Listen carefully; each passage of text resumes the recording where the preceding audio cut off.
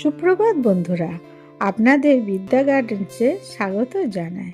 আজ আমি আপনাদের এই গোলাপ গাছ রোপণ দেখাবো। গাছটাকে প্রথমে জলে ডুবিয়ে রাখছি যাতে মাটি আলগা হয়ে যায়। শুকনো মাটিতে এবার একে একে জৈব সার, শিংকুচি, হাড়ের গুঁড়ো, সর্ষে খোল দিয়ে গাছটা বসাবো।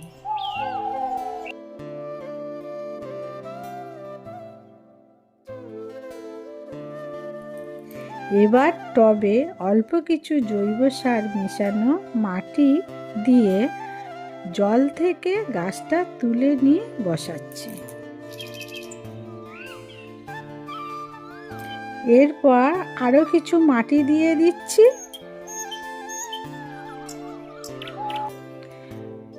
সবশেষে আমি আরো কিছু শিংকুচি, হাড়ের গুঁড়ো, সর্ষে খোল দিয়ে পরিমাণ মতো জল দিয়ে দিচ্ছি।